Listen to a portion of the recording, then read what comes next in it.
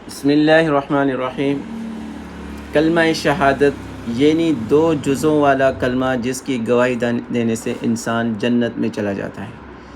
یعنی جنت کے جانے کے لیے 2 چیزوں کی گواہی ضروری ہے۔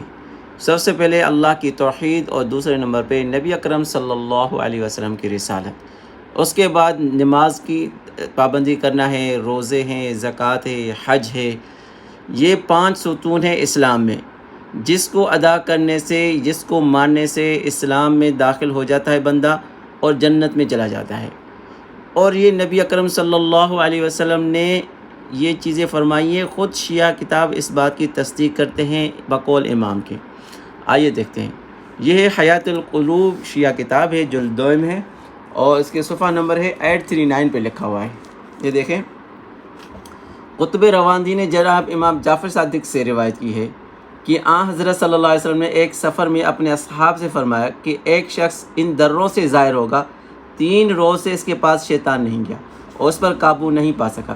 اسی اثناء میں ایک شخص نمودار ہوا جس کا جسم نہایت لاغر تھا، اس کی ہڈیوں سے چمڑا لپٹا ہوا تھا، اس کی آنکھیں اندر گھسی ہوئی تھی، اس کے ہونٹ زیادہ گھاس کھانے سے سبز ہو رہے تھے۔ جب وہ حضرت کے لشکر کے قریب پہنچا، حضرت کو دریافت کیا اور آخر خدمت اقدس میں حاضر ہوا اور کہا، مجھے اسلام کی تعلیم دیجیے۔ حضور صلی اللہ علیہ وسلم فرمایا، کہو اشہد ان لا الہ الا اللہ و اشہد ان محمد رسول اللہ۔ اس نے کلمہ پڑھا اور اقرار کیا۔ 2 جزوں والا کلمہ، سب سے پہلے توحید کا ذکر ہے، لا الہ الا اللہ، دوسرے میں محمد رسول اللہ نبی صلی اللہ علیہ وسلم کے رسالت کا ذکر ہے۔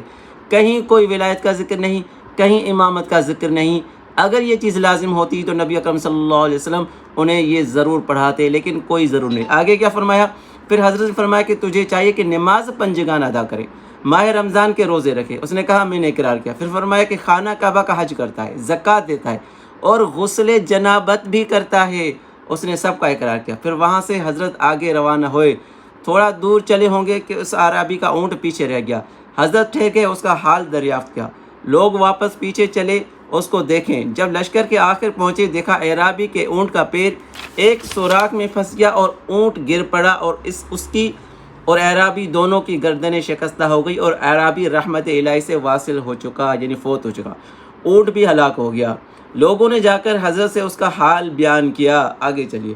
حضرت نے فرمایا کہ یہ اعرابی بھوک کی سبب سے مر گیا اور یہ ان لوگوں میں سے ہے جو ایمان لائے اور کبھی اپنے ایمان کو ظلم اور گناہ سے آلودہ نہیں کیا، لہٰذا اس کے دہن میں بشت کی خوشبو ڈالنے میں حوریں ایک دوسرے پر سبقت کر رہی تھی۔